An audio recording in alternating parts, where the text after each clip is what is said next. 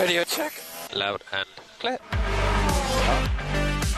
KSL Sports and KSL Podcast present Mode Push, an American view of F1, starting now. Don't stop. This is what you get with this Odyssey. I'm gutted. I'm absolutely gutted. I enjoyed this so much.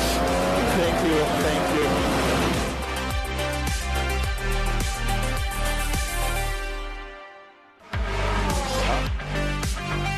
Okay, everybody, welcome on in. It's another edition of the Mode Push Podcast. Thanks for being with us. Race number 2 of the season is upon us. Jeddah, the world's fastest street circuit, is upon us. And it's we're in the middle of the week here, so we have a lot to jump into before we get to practices and qualifying, of course, on Saturday. And then Dan Jimenez, of course, my co-host on the program, joining me. We've got to figure out, Dan, our fantasy F1, which is like a new concept for me. I have to get into thinking about it, but we have until all the way up to qualifying, which might be the move this week, is to not do it too early. Look and see kind of where the pace is in the practices, and then instead of just doing your best guesses. But man, lots of drama already going on. Yeah, the last 2 weeks has been very interesting. Way more headlines than normally this time of the season. It's crazy how Mercedes is throwing their hands up in the air after one race. And I'm trying to think of another sport where after the first game of the season, you're like, oh, it's over.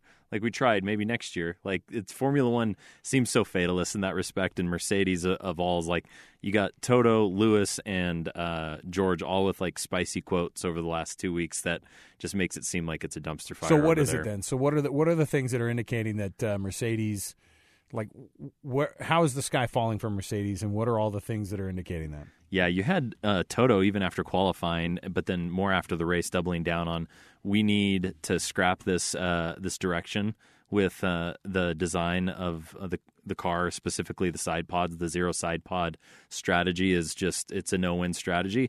And then you have Lewis going on a podcast saying, all last year I told them it was messed up and they didn't listen to me and I know what a car needs.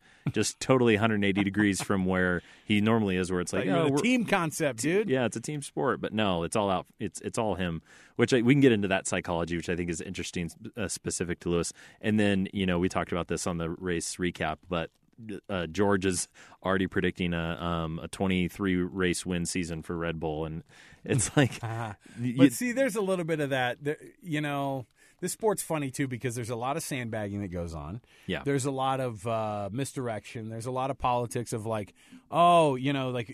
team is doing X, Y, and Z. And kind of, it's what you get with a lot of sports where guys will put your attention in one direction and then they kind of look over here. And then maybe Mercedes is not as – look, the other thing is they were this close to – what were they, 5th and 7th in or was it 4th and 6th? 4th and 6th. So, really, you're already throwing in the towel here. I don't know exactly, long term, what it looks like over the course of the season. And I know that they are. Imagine George, his entire freaking career, and having to put up with Williams, the tears that he had to deal with, and then he finally gets to Mercedes, and it's the worst they've been in more than a decade or so. And so it's a weird time to be a Mercedes fan. And on top of it, Toto even thinks they need to go back to the drawing board. So how do you even do that? How do the teams operate? Is there a team that just goes, we're only the 2024 concept design team over here. That's all we're working on. We basically don't even pay attention to what's going on in the season, maybe some wind tunnel results. But other than that, are they really scrapping it in the sense of they go back to the factory and there's just a team working on the 2024 car? I think that they'll have had another design philosophy going in parallel over the offseason. And so I bet they came into Bahrain trying to see if they could make this same philosophy that they invested so much into work. And as soon as they realize, no, we're way off the pace. It's not just that they finished 4th and 6th, but it's Red Bull beat the field by 40 seconds. It was not even close. Well, and specifically Max beat his teammate by another 15 also. Yeah, and they were telling him to slow down. And then also, Fernando just drove past both of them. And, it's not just it's Aston Martin, but, they have the same exact motor, right? It's the same power plant as Mercedes, and you can't get beat by the works team when you're the manufacturer team, right? I think as soon as Fernando got around both of them and Lance got around George, like that's when the panic button got hit. And it's like, okay, guys, this can't happen again. We can't get outrun by Aston Martin at least. And so, yeah, I think there's a parallel track going, and it's obviously not as well developed and hasn't had the track time that they could have gotten if they had just started the season in the preseason testing with it. But I expect soon, I don't imagine it's going to be this weekend, but I imagine soon we're going to see a significantly different looking Mercedes car that probably looks a lot like the Aston Martin, which looks a lot like the Red Bull. Oh, the copy and paste that happens in F1. It happens across every sport, right? Where you go, no. I had the same thought. No, Yeah. The reason it looks exactly like it. And, of course, that same Aston Martin team, which was, what were they before? They were They were pink. I was trying to remember. They were Force it's not India. it was Force India, but then and right then between, what were they? They were Daddy Stroll's team. I'm killing myself to try to remember the name of the But team. either way, they were getting beat up for like wholesale stealing of Mercedes. Yeah, of they looked Mercedes. just like Mercedes, yeah. It was the pink Mercedes. That's what we called Yeah. it, right? And so it's interesting now because it's like, dude, we didn't just. I mean, they are developing into like the number 2 team, maybe, if in some people's eyes, if Ferrari can't get their crap together for this weekend. And so let's go to Ferrari then, who is also suffering a little bit of a setback because they're already through their second power unit for Charles, and he's going to take a grid penalty. What does that look like? And so how do they even determine these things? What's the regulation, and how many power units can you even like have and go through during a season? 2. You can have 2. And now they're on number 3, and we've had 1 race. What about the new reliable Ferrari, dude? Oh, my gosh. Yeah, so basically, from what I've read, the issues – so they changed their power unit, and they kept calling it like the battery. So for those who don't remember, like in an F1 engine, it's like a hybrid, right? And so the hybrid engine, the electric motor gets energy from a battery that gets replenished from like the braking and the heat from the engine and stuff. Mm-hmm. And so – they said that they caught something that they were worried about right before the race in Bahrain. So they switched it out right before the race. And they didn't take a penalty because you can do engine. that once, right? Yeah. And then we had the same exact failure during the race. And afterwards, I read that it was like an install error. It was like a human error. Like somebody did something wrong. Supposed to use the 10-millimeter bolts, bro. Come on. Does something happen where they installed it wrong twice? Oh my! Ruined it, and then now you're on to number 3, and you have to. So what happens is once you break that rule, obviously it's a lot more money, right? You're pouring into it, but then you get a hit with a grid penalty. So they're getting a 10-place grid penalty. So if Charles wins pole, then he's starting in 10th.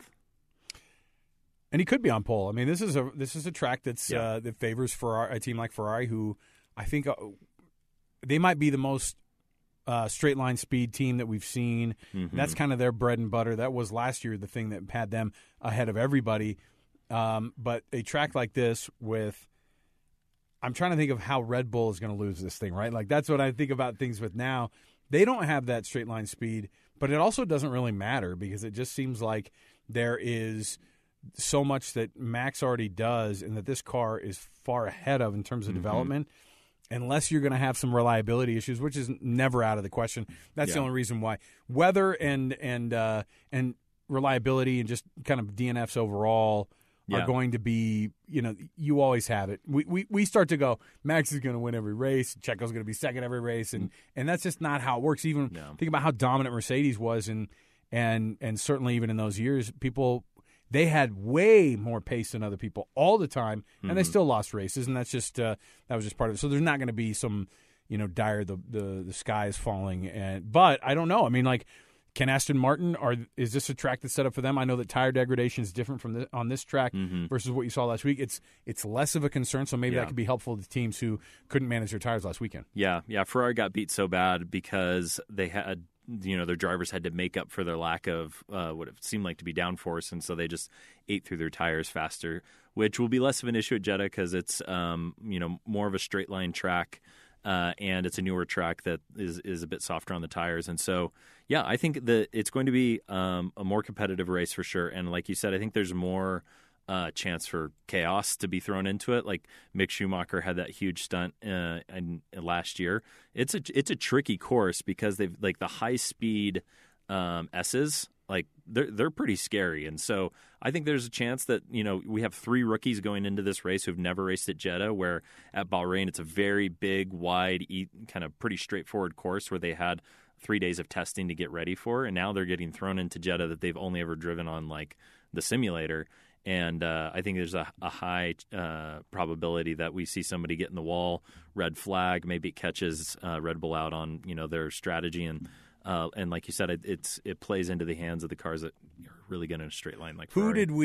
Who were we too in love with last week, and who isn't as bad as we maybe thought? Because you think about a weekend like this, and I would think that even a car like the Haas car that has that same Ferrari power plant, that has that same kind of setup, this could be a weekend that the American team maybe makes some sort of a move, or are they too far out from that, or is there somebody who is Aston Martin? What we see last week was a little bit more of an overestimation for what we thought that what they were, but I mean, it's one thing to have Fernando finish on the podium, but it was also have 2 broken wrist Lance Stroll roll up and split the Mercedes. And so, I mean, is their car that much far forward, or did we fool ourselves with anything last race? It's so hard because we only have the one data point of Bahrain, which I would say Bahrain is an average track, and Jeddah is like a very not average track. Okay, so it's just hard, I think, to draw the correlation between these two. So we could be surprised. I think Logan Sargent had a really great outing. He had an incredible first couple laps. I don't know if you saw that. It's out there online, but the onboard camera of him from his first 2 laps is super impressive. Just he was in the midst of a lot of craziness, kept his car clean, made some clean passes.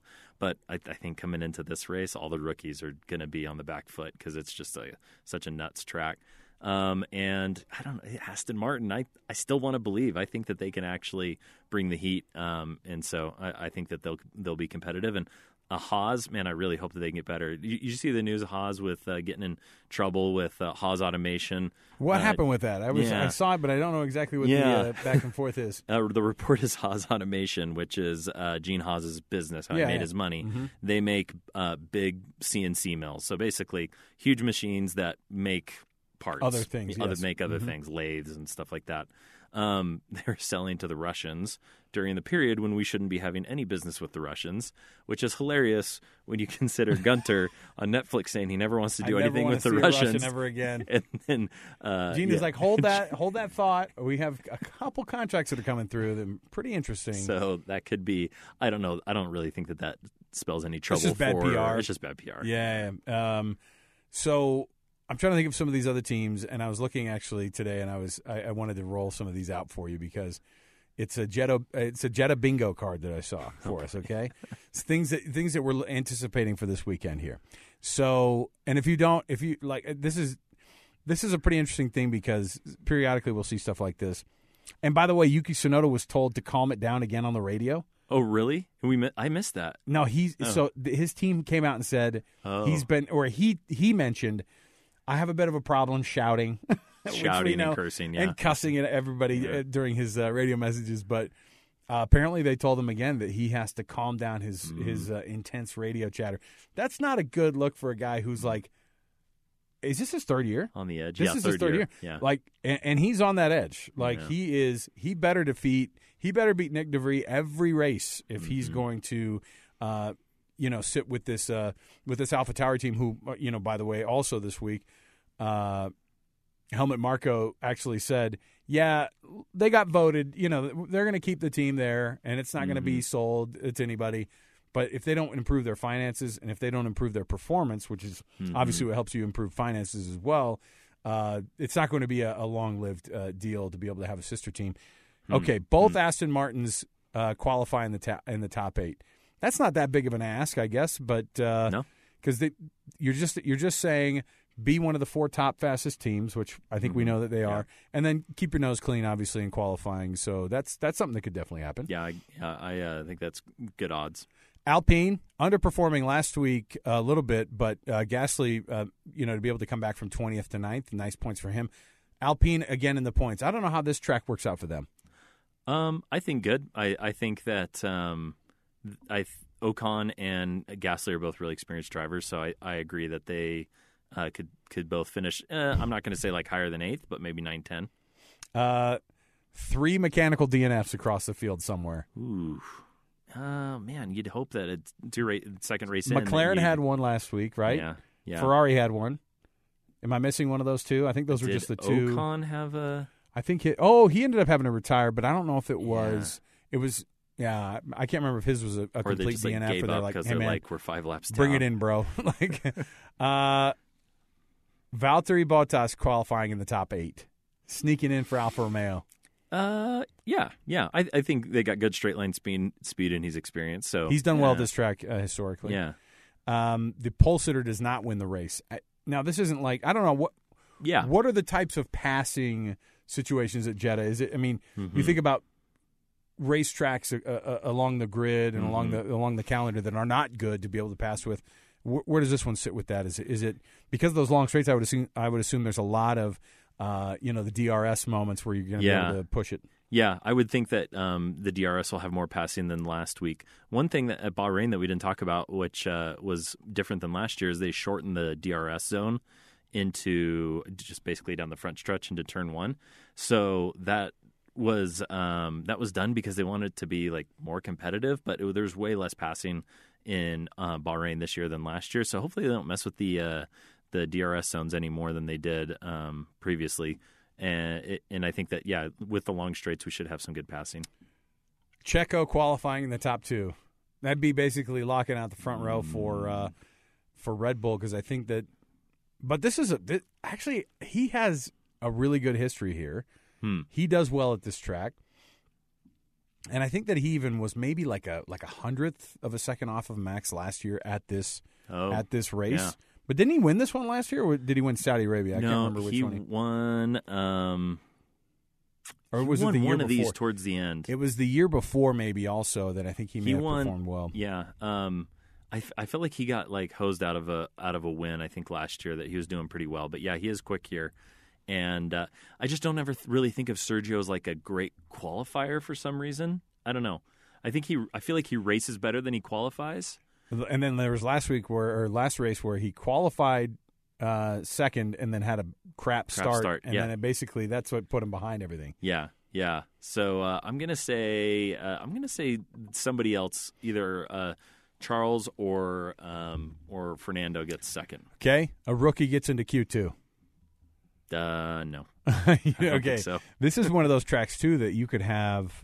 This has a recipe for maybe some crashes. Those rookies better be careful at this place, right? Yeah, that's like the nightmare scenario for like Max or somebody is like De Vries somehow pulls out like a Q1, start and then just piles into everybody in turn 1, I guess that's a risk everywhere, but especially at this track. Alonso back on the podium. Yeah. You think so? I think he's got the mojo going. Wow. But now Lance is like they even had a little bit of a battle last race, and I just feel like neither of those dudes would ever relinquish to one another, which is good for the team, but it also creates moments where teams go nuts and they go, "Hey, man, we got to get at least one car on the points. Don't crash into each other and be idiots about it."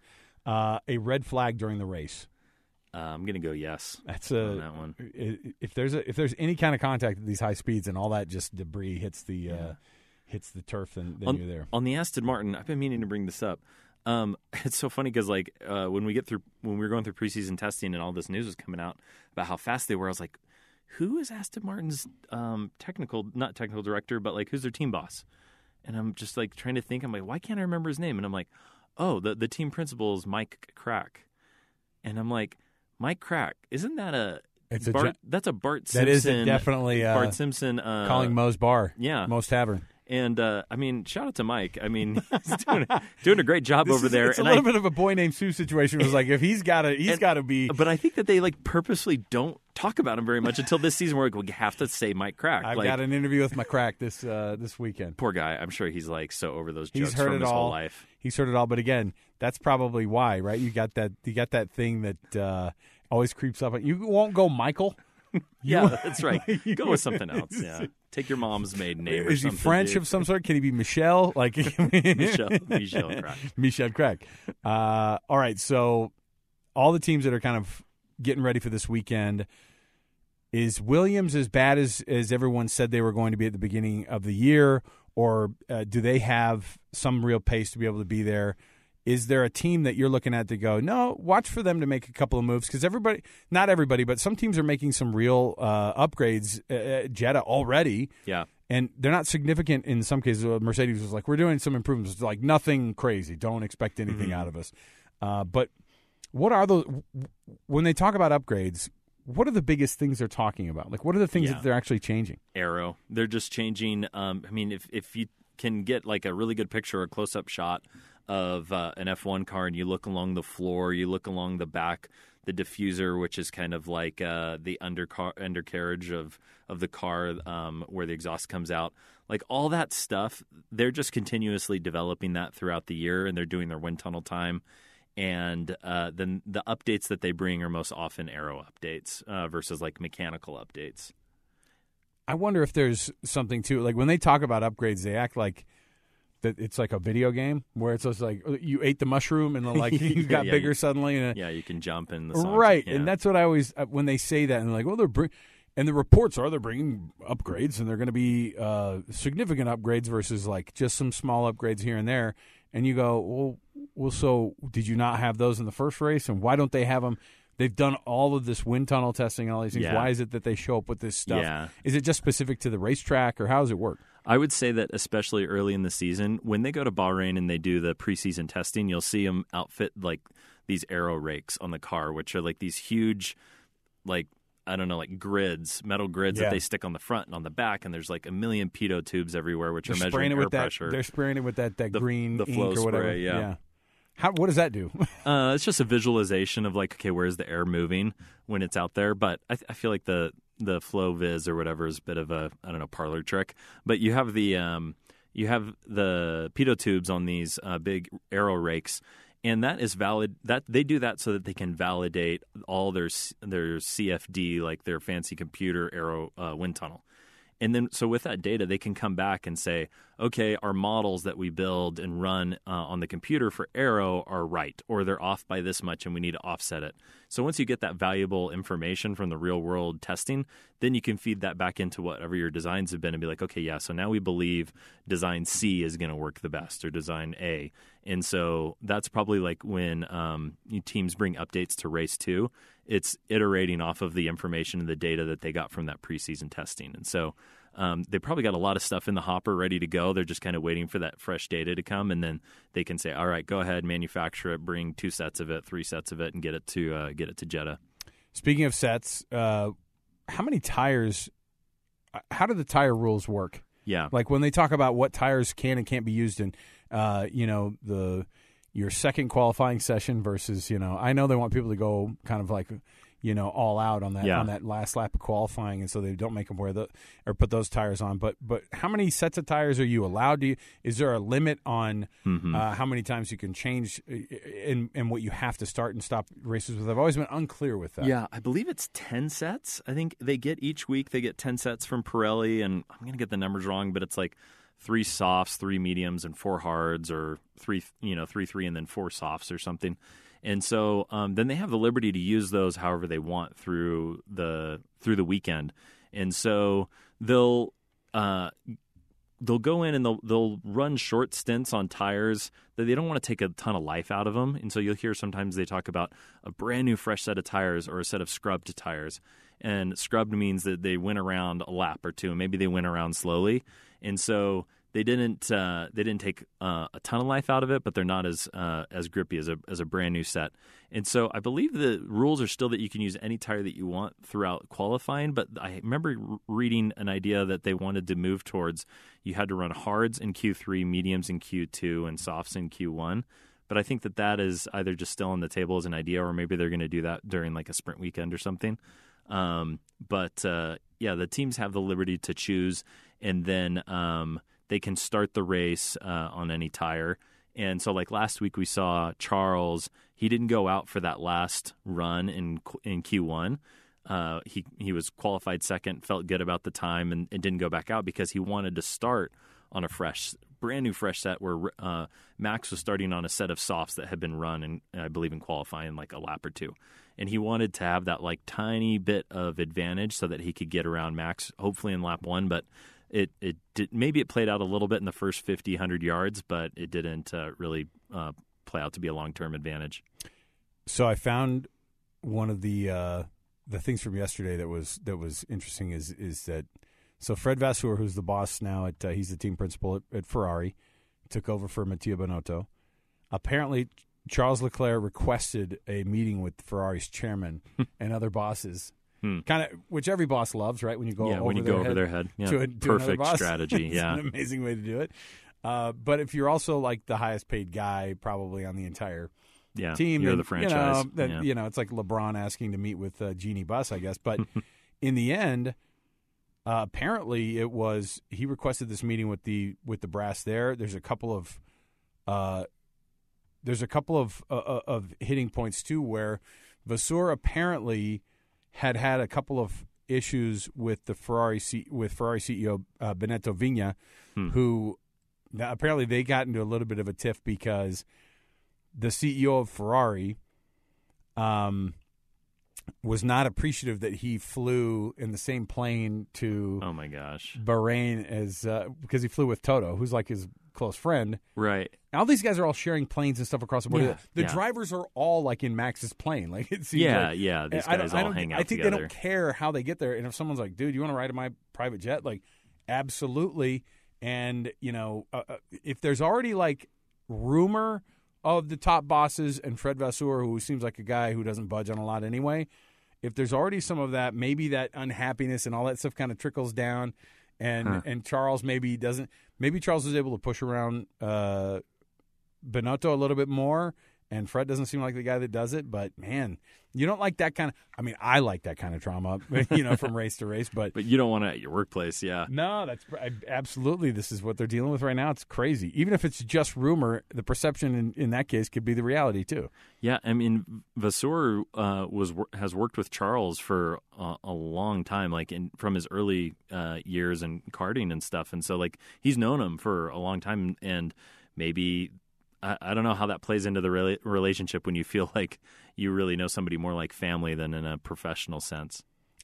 Weird. Okay, this weekend, let's get your picks here, and I'm not asking you to give up all of your fantasy picks that you're going to have, but a podium, and then give me your unexpected finishes for teams. Whatever else unexpected things we might not necessarily see in Jeddah this weekend that we were expecting. Yeah, I'm going to go podium. No surprise. I'm going to say Max is going to win it. I'm going to go second for Fernando. I think he's going to move up one spot there on the podium from last week. And then Carlos Sainz, I think, will be quick in the Ferrari, and he doesn't have the grid penalty that Charles has. So I'm going to say third for Carlos. I'm going to go Red Bull 1-2, but it's going to go Checo on that top step. Ooh, I think something exciting, maybe just a little bit different. Maybe he's trying to prove himself, and the team is going to be in a weird spot maybe when Checo finds himself kind of battling maybe up against Max. Maybe he has a little bit of a long, pit stop in there and a couple cuss words in there to mix in. I'm hoping for something a little different. If there's anybody who can make this season interesting for the rest of us, it's Checo, right? If he can put real pressure, and we're 4 or 5 races into the season and they're effectively tied, like, man, that really changes, I think, the mood at Red Bull and the psychology in Max's head that might open the door for others. So I'm a big Checo fan right now. I don't think Lance is going to beat Fernando just straight up against one another, but I think maybe something happens to Fernando's car. And the third place finisher and second podium already of the year for Aston Martin is Lance Stroll. Wow. That's going to be my pick. Yeah. And then I'm also going to say that Williams scores points again. And then I'm also going to say that McLaren ends up out of the points totally again for the second weekend in a row. Man, I think that Williams is better than I think everyone's had thought going into the season. I think everyone had written them off Good as for the them. as the 10th place team. But I think from race 1, they look much faster than Haas and AlphaTauri. If they're owned by an American private equity firm, yeah. Is it technically an American team also? Can we say that Haas and McLaren, the two They got an American teams, driver. and then you've got Williams, who has an American. Williams has the American driver. You say this is an American team, American driver. All these things all add up to Williams being my favorite American team now on the grid. Yeah, that's all. right. That's all it is. Man, okay. I'm looking. All I want is a Logan Sargent podium, so we can hear the Star Spangled Banner. Oh, listen, have that flag up on the man, that great. would be so cool. Yeah.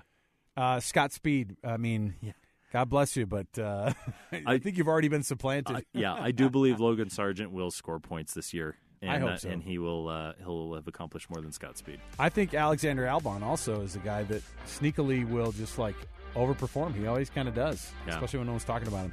Dan, I'm looking forward to this race, man. Yeah, let's go. We'll do the post-race breakdown as well right here on the Mode Push podcast. You can hear that. Download this podcast. Tell your friends. Teach your neighbors about F1. And tell them to listen to the Mode Push podcast brought to you by KSL Sports and KSL Podcast. For Dan, I'm Alex. We'll see you post-race on Sunday.